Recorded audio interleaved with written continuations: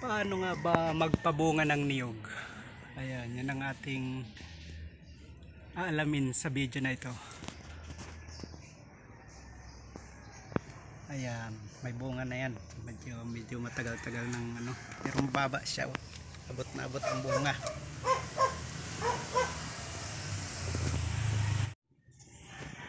Ganito ako magpabunga ng niyog.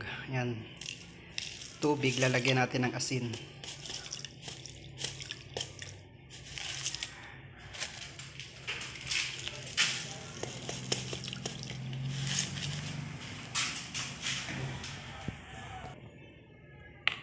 Tapos haluin natin hanggang sa matunaw yung asin.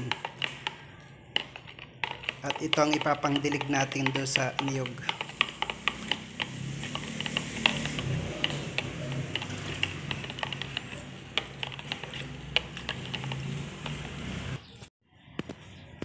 Ibubuhusan natin ang tubig na may asin sa puno ng niyog.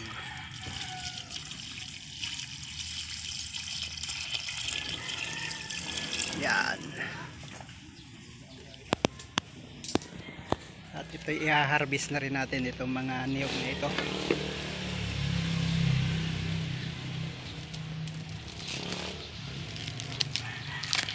Yan.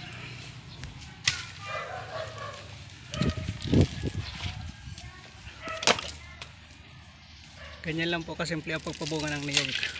Tapos yung mga yung mga dahon na wala ng bunga, inaalis ko na para mabilis siyang dumami ang bunga.